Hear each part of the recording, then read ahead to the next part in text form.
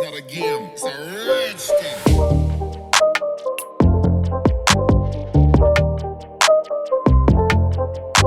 Hello everyone, welcome to Educhem channel. Now we'll continue the chemical kinetics. In this video lecture, we are going to learn about Arrhenius theory. Next we'll learn about the catalyst. Next we'll learn about the collision theory. So here is a picture. You can see the picture is telling about the how a reaction is going to give the product. So this is the reactant part, this is the product part. Here the reaction is going to take much more higher energy to give the product, whereas using the catalyst the reaction is following the very easy path. In the further slide we are going to learn how the catalyst is going to help to bring out a easy path for this reaction. A lot of things we can learn from this lecture, so without a doubt let's start. Let us start with the Arrhenius theory. So as we have learned, Arrhenius theory basically tells about the relationship between rate constant and a temperature. So the Arrhenius says relationship between rate constant and temperature is given by K is equal to A into e to the power minus EA by RT. K is rate constant,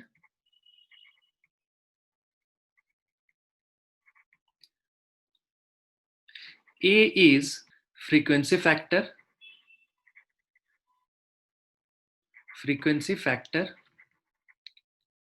and this is a constant term, okay? EA is activation energy,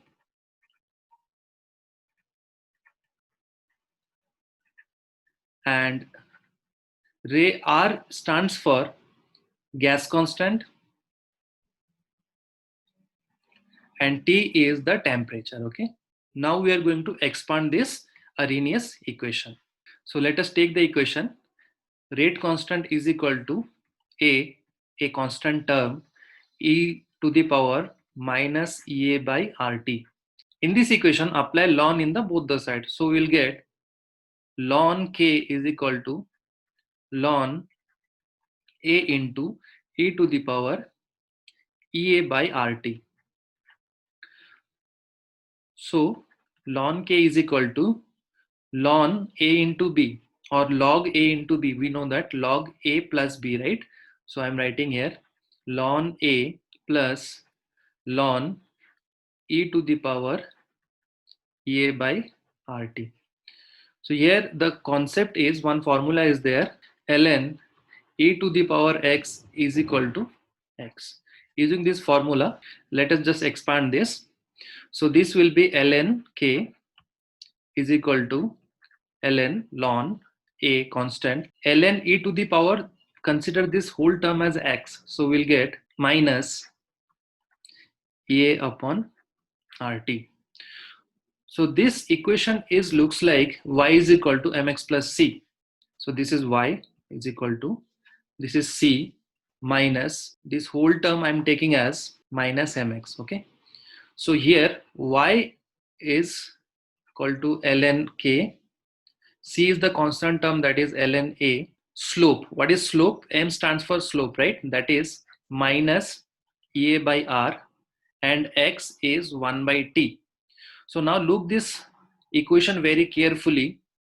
If we want to draw one graph from y is equal to ln k versus in the x-axis 1 by t, so now we'll get this graph. So look at this graph. In the y-axis ln k is there, and in the x-axis 1 by t is there. So if you want to draw the graph, our slope will be minus m, right? So the slope is minus EA by R. So this is the correct representation.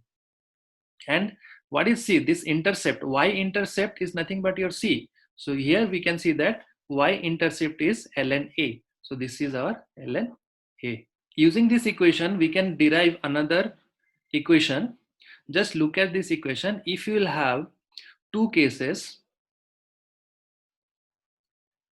where rate constant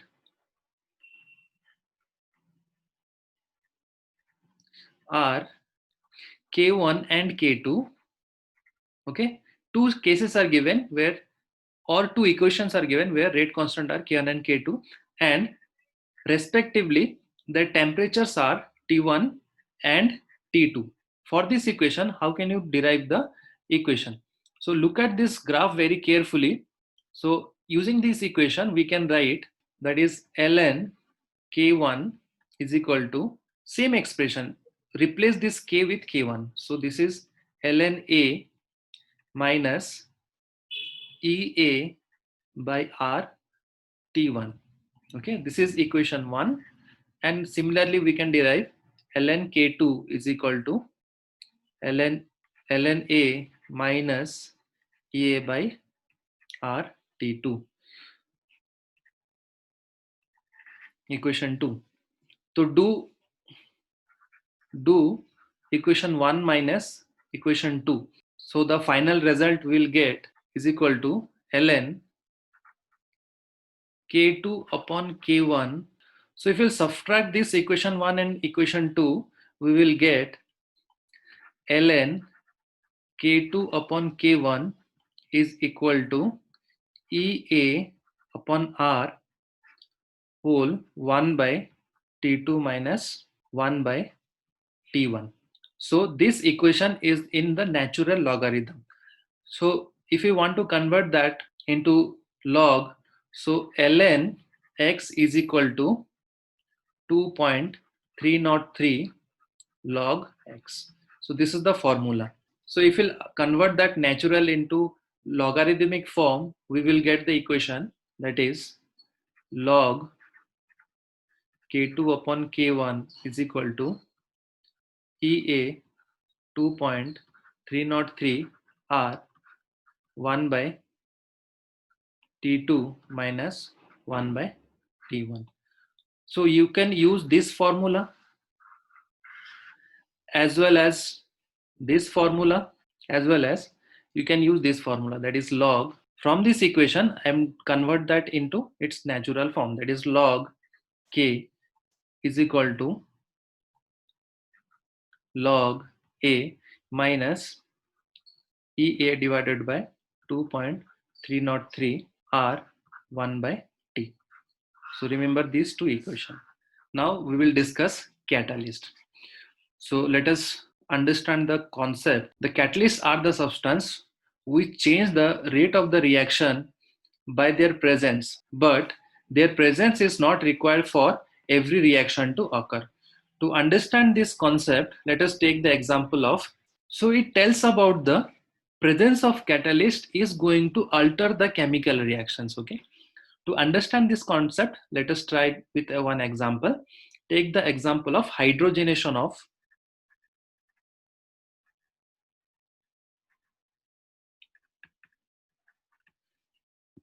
ethene. So we know the formula of ethene is CH2 double bond CH2. If you add hydrogen, the product will be your CH3CH3. So this reaction, if you can see that this is the reactant, right? Reactant is ethene. So this is the ethene and we are reacting with hydrogen. So the normally without catalyst, the reaction is going to follow this path.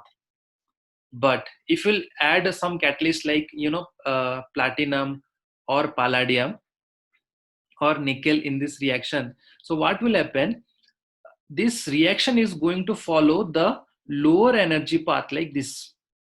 Okay, so catalyst is playing a very important role to reduce the activation energy. As we have discussed the activation energy, so previously without the catalyst the energy was this, whereas after using the catalyst the activation energy has decreased and the reaction has followed a lower energy path. Now we will discuss the characteristics. The first characteristics is catalyst provide an alternate pathway. Yes, exactly, it's correct. You see, this is the without catalyst and this graph is the with catalyst. You can see the difference. It lowers the potential energy, as it is very clear from this picture that initially without catalyst the energy was used, but after using the catalyst the energy has decreased. Catalyst doesn't alter the Gibbs energy. We know that Gibbs energy is delta G. To convert any reactant to product, the delta G must be negative. Catalyst catalyze the spontaneous reaction but does not catalyze non-spontaneous reaction. This is very, very important, as we have discussed what are spontaneous and non-spontaneous reaction. So if this reaction is non-spontaneous, that means the catalyst won't help to convert that into reactant to product. Whereas any spontaneous reaction, the reactant is going to convert it to the product. It does not change the equilibrium constant. So this is very important. Catalyst is not going to change the equilibrium constant. Rather, it helps attaining the equilibrium constant very faster. That means it tells about the reaction. When the reaction is going to convert it to the product, if we'll use catalyst, so what will happen? The reaction is going to reach to the equilibrium very, very fastly or effectively. So now let us discuss collision theory. So the collision theory statement says about the theory that reactant, atom or molecule collide with each other to bring out the chemical change. So to explain this concept, let us take the example of formation of N2O4. So as we know that NO2 with another molecule of NO2, they are going to react and they will form N2O4. So now we are talking about the collision theory. So collision theory tells about the collision of the molecule of NO2 versus NO2. And those collision must be properly oriented. Okay. So let us understand with this picture. So you can see that NO2, one nitrogen and another oxygen, right? So NO2 is going to collide with another NO2, and that collision must be properly oriented. To see this NO2 and this only NO2, they have collided in this case. Okay, and that collision is a proper collision. In this collision, a new molecule has formed, which is N2O4, which looks like this. This molecule has given the product. Why? Because they are properly oriented, they have collided, and they produce the product. Whereas if you'll see this picture, you can see that this is one molecule of NO2 and this is another molecule of NO2. In this case, the arrangement is not proper and they are not properly oriented, right? So you see this NO2 has a different orientation. So what happens if they will collide? The orientation is not proper. So this collision is not going to form the product. So in this arrangement, we cannot say the product is formed. Okay. So important point is molecule must collide and that collision must be a properly oriented to give the product. Okay. Improper orientation doesn't leads to the product formation. This is very, very important. Effective collision, as we have discussed, all the collisions in a reaction mixture are not effective in bring out to the chemical reaction. So he is talking about all the collisions of NO2, they are not going to form the N2O4. So the proper orientation molecule, they are going to form the N2O4, and improper molecule, they are not going to form the N2O4. Okay. So now let us discuss the characteristics of collision theory. The first point says about during the collision, old bond breaks and new bond are formed. So to explain this concept, let us take the example of this one, that is CH3Br. This is known as methyl bromide, and they are going to react with OH minus.